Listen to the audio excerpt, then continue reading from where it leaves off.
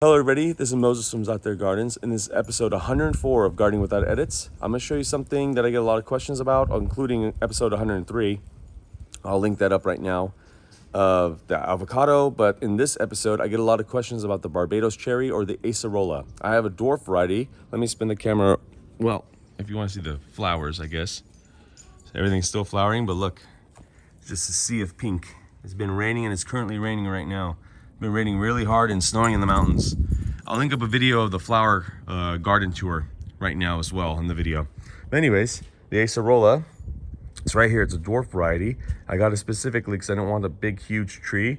They don't get too tall anyways, especially in my area, Central California zone 9B. But you can see the new growth coming out. So I would say end of April, beginning of May, it will be full of blooms. Very beautiful flowers. If I find a video, probably an older video though, not that good of quality, of the flowers, I'll link it up as well.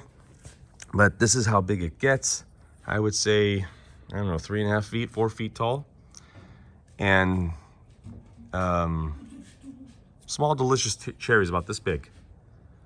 So they're not that productive because it's really young. So I've heard a lot, and I get a lot of questions from people where the tree is full of blooms, like you don't even see leaves. It's just all flowers, and there'll be only one fruit or no fruit. So I think it's because it really needs to have a deep root system or a anchored root system.